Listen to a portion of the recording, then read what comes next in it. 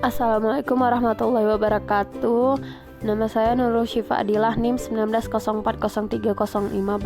Kali ini saya akan menjelaskan tentang aquating. Jadi yang pertama kali saya akan menjelaskan tentang pengertian aquating. Aquating adalah usaha atau ikhtiar manajemen dijalankan agar tujuan manajemen tercapai tindakannya menggunakan perencanaan sebagai pedomannya.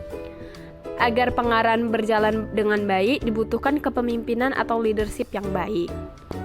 Pada slide selanjutnya, saya akan menjelaskan tentang prinsip-prinsip penggerakan atau aquating. Jadi prinsip aquating itu ada 8. Yang pertama ada power, otonomi atau otoritas, koordinasi, kepemimpinan, sistem manajemen, komunikasi, motivasi, dan kerjasama. Pada slide selanjutnya, saya akan menjelaskan tentang power. Pada slide selanjutnya saya akan menjelaskan tentang pengertian power. Pada slide sebelumnya saya sudah menjelaskan tentang apa itu pengertian aquating. Jadi pada pengertian aquating ada disebutkan kekuasaan. Adalah kewenangan yang didapatkan oleh seseorang atau kelompok guna menjalankan kewenangan tersebut sesuai dengan kewenangan yang diberikan. Jadi kekuasaan ini bisa dibilang sebagai mengarahkan ke jalan yang lebih baik seperti itu. Lalu selanjutnya ada pengertian otonomi atau otoritas. Jadi ada beberapa. Yang pertama munculnya sebagai pemikiran Weber pada zaman revolusi industri. Yang kedua ada kekuatan untuk mencapai suatu hasil atau sasaran, tapi hanya kekuatan yang telah digariskan menurut hierarki atau garis komando formal. Dan selebihnya kalian bisa lihat sendiri pada slide yang saya berikan. Lalu pada slide selanjutnya saya akan menjelaskan tentang pengertian koordinasi. Koordinasi menurut E.F.L. Bridge dapat diartikan sebagai suatu kegiatan menyeimbangkan dan menguatkan tim dengan memberikan lokasi kegiatan yang sesuai kepada masing-masing anggotanya dan menjaga agar kegiatan tersebut dilaksanakan dengan keselarasan yang semestinya antara para anggota. Lalu pada prinsip aquating ada pengertian kepemimpinan. Kepemimpinan atau leadership merupakan sebuah kemampuan yang dimiliki seseorang untuk mempengaruhi orang lain dalam hal pekerjaan yang bertujuan untuk mencapai tujuan organisasi yang telah ditetapkan sebelumnya. Jadi antara pengertian kekuasaan dan kepemimpinan itu hampir sama seperti itu.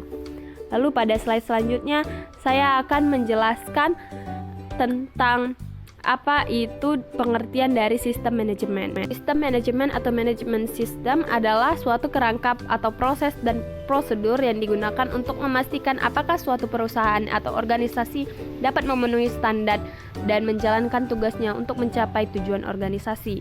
Jadi salah satu bentuk tujuan dari sistem manajemen adalah untuk memenuhi kualitas pelanggan dan mematuhi peraturan yang dibuat oleh pemerintahan seperti itu.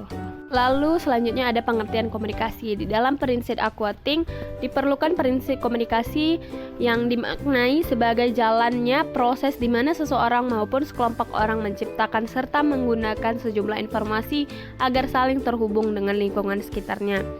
Secara umum, komunikasi dapat dilakukan secara verbal maupun dapat dipahami oleh kedua belah pihak yang berkaitan.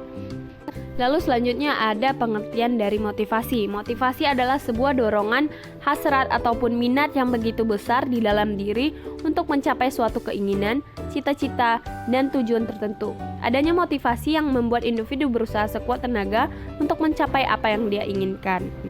Lalu yang terakhir ada pengertian kerjasama.